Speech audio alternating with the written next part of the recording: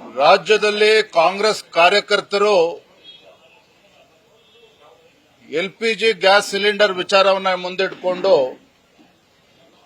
ಬೀದಿಗಿಳಿದು ಪ್ರತಿಭಟನೆಯನ್ನು ನಿನ್ನೆಯಿಂದ ಪ್ರಾರಂಭ ಮಾಡಿದ್ದಾರೆ.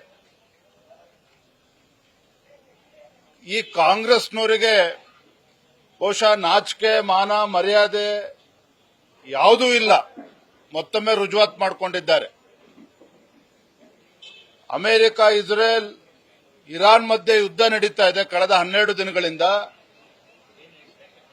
ಜಾಗತಿಕ ಮಟ್ಟದಲ್ಲಿ ಯಾವ ದೇಶಗಳ ಮೇಲೆ ಇವತ್ತು ಕಚ್ಚಾ ತೈಲದ ಮೇಲೆ ಯಾವ ರೀತಿ ಪರಿಣಾಮ ಬೀರ್ತಾ ಇದೆ, ಎಲ್ಪಿಜಿ ಗ್ಯಾಸ್ ಮೇಲೆ ಯಾವ ರೀತಿ ಪರಿಣಾಮ ಬೀರ್ತಾ ಇದೆ, ಇದೆಲ್ಲವೂ ಕೂಡ ದಿನನಿತ್ಯ ಪತ್ರಿಕೆಗಳಲ್ಲಿ ದೃಶ್ಯ ಮಾಧ್ಯಮಗಳಲ್ಲಿ ಬರ್ತಾ ಇದ್ದಾವೆ.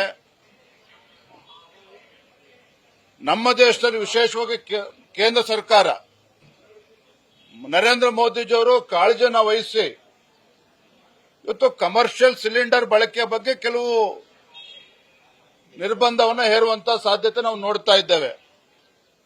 ಆದರೆ ಗ್ರಾಹಕರಿಗೆ ಯಾವುದೇ ಒಂದು ತೊಂದರೆ ಆಗಬಾರದು ಅಂತೇಳಿ ಅದ್ರ ಬಗ್ಗೆ ಎಚ್ಚರಿಕೆಯನ್ನು ವಹಿಸಿದ್ದಾರೆ. ಇಷ್ಟು ಗೊತ್ತಿದ್ರೂ ಸಹ ಬೀದಿಗಿಳಿದು ಹೋರಾಟ ಮಾಡ್ತಾರೆ ಅಂತ ಹೇಳಿದ್ರೆ ಎಲ್ಲೋ ಒಂದು ಕಡೆ ಕಾಂಗ್ರೆಸ್ ಪಕ್ಷದ ಬೌದ್ಧಿಕ ದಿವಾಳಿತನ ಇದನ್ನ ತೋರಿಸ್ತದೆ. ಮತ್ತೊಂದು ಕಡೆ ಮಾನ್ಯ ಮುಖ್ಯಮಂತ್ರಿಗಳು 17ನೇ ಬಜೆಟ್ ಅನ್ನ ಮಂಡನೆ ಮಾಡಿ 4,48,000 ಕೋಟಿ ರೂಪಾಯಿಗಳ ಒಂದು ಬೃಹತ್ ಗಾತ್ರದ ಬಜೆಟ್ ಅನ್ನ ಮಂಡನೆ ಮಾಡಿದ್ದಾರೆ.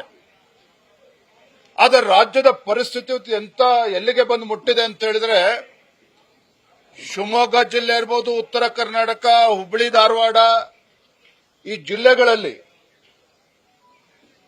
ಪೊಲೀಸ್ ಇಲಾಖೆ, ಯಾವ ಇಲಾಖೆ ರಾಜ್ಯದ ಕಾನೂನು ಸುವ್ಯವಸ್ಥೆಯನ್ನ ಕಾಪಾಡತಕ್ಕಂತ ಒಂದು ಮಹತ್ತರ ಜವಾಬ್ದಾರಿ ಇದೆಯೋ ಆ ಪೊಲೀಸ್ ಇಲಾಖೆಗೆ ಕಳೆದ ಫೆಬ್ರವರಿ ಮಾಹೆಯ ಸಂಬಳವನ್ನ ಇವತ್ತಿಗೂ ಕೂಡ ಕೊಟ್ಟಿಲ್ಲ. ಮಾರ್ಚ್ 10ನೇ ತಾರೀಕು ಕಳೆದಿದೆ.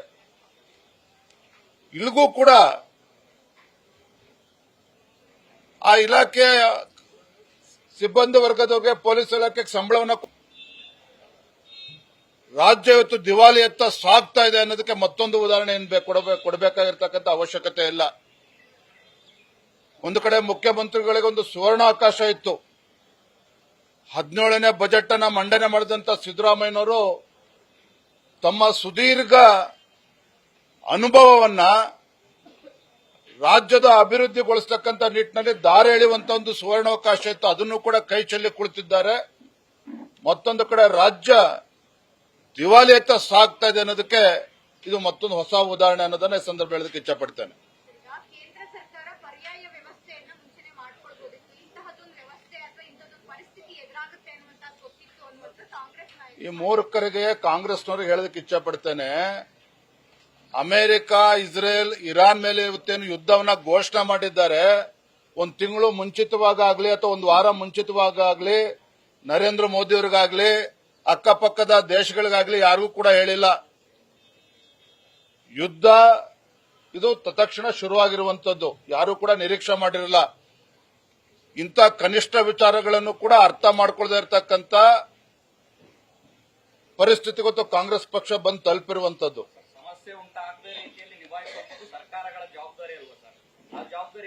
ನೋಡಿ, ಸಮಸ್ಯೆ ಯುದ್ಧ ಪ್ರಾರಂಭ ಆಗ್ತದೆ ಅಂತೇಳಿ ಯಾರು ನಿರೀಕ್ಷೆ ಮಾಡಿದ್ರು ಅಥವಾ ಯುದ್ಧ ಆಗಬಹುದು ಅನ್ನುವ ಚರ್ಚೆ ಕಳೆದ ತಿಂಗಳಿಂದ ನಡೀತಾ ಇದ್ರು ಸಹ ಅದಕ್ಕೇನು ಪೂರ್ವಕ ತಯಾರಿಯನ್ನ ಮಾಡಬೇಕು ಅದನ್ನ ಮಾಡ್ಕೊಂಡೇ ಬಂದಿದ್ದಾರೆ. ಇಲ್ದಿದ್ರೆ ಬೇರೆ ಬೇರೆ ದೇಶದಲ್ಲಿ ಪರಿಸ್ಥಿತಿ ಏನಾಗಿದೆ ಒಂದ್ಸಲ ಅವಲೋಕನ ಮಾಡಿದ್ರೆ ಗೊತ್ತಾಗ್ತದೆ.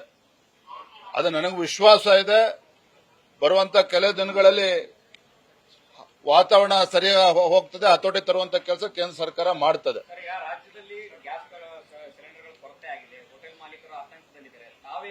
ಬಿಜೆಪಿ ಪಕ್ಷವಾಗಿ ಕೇಂದ್ರ ಸರ್ಕಾರಕ್ಕೆ ಪತ್ರ ಬರೆಯುವಂತದ್ದು, ಇಲ್ಲಿಯ ಸಮಸ್ಯೆಗಳ ಬಗ್ಗೆ ಗಮನಕ್ಕೆ ತರುವಂತದ್ದು ಏನಾದ್ರು ಮಾಡ್ತೀರಾ? ಅಂತ ಪರಿಸ್ಥಿತಿ ಬಂದಾಗ ನಿಮ್ಗೆ ಹೇಳ್ಬಿಟ್ಟು ಬರೀತೇನೆ.